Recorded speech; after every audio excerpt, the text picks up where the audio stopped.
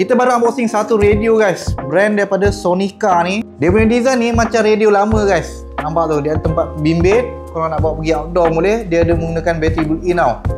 Kalau nak pakai bateri biasa pun boleh, sebelah belakang ni. Okey, dia ada bateri bulat yang besar tu kan. Lepas tu sebelah atas ni, yang best sekali dia ada lampu untuk abang-abang pergi mancing. Memang susah sangat. Cahaya dia memang terang lah.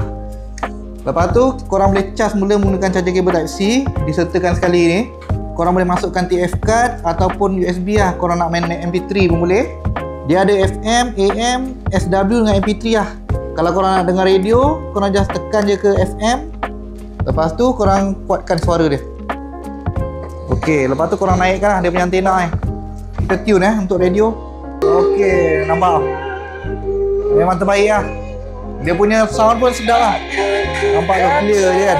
Letak dekat dapur pun sesuai sangat lah. Tengah-tengah masak nanti kan, sambil dengar lagu, tak ada current, kita boleh onkan balik dia punya lampu ni.